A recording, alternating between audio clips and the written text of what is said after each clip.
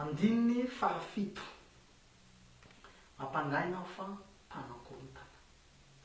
laviko zany tompoko raha izaho apôstôly narotapandrazana manokana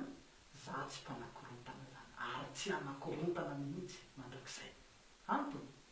za olo mpitolo filazantsara za mpampiray mpampihavana ary mampifankatia olona nandrana ahy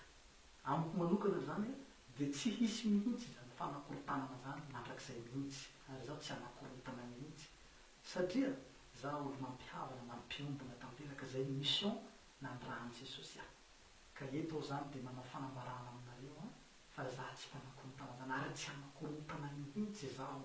nareo ihany ne no mikorontana automatique nareo noho tsy fahaizanareo ny asa zay ataoko mikorontana automatique nareo noho tsy takatsy nareo ny fomba fiasako ena ny mpitandro filaminana azy dia mikorontana satria matahotra izy amin'ny asa ataoko hoe sao dia hiteraka fikorontanana nefa matokisa fa raha izaho ihany izaho tsy anakorotana ary tsy hanao zavatra hisian'ny fikorontanana zany ny tenako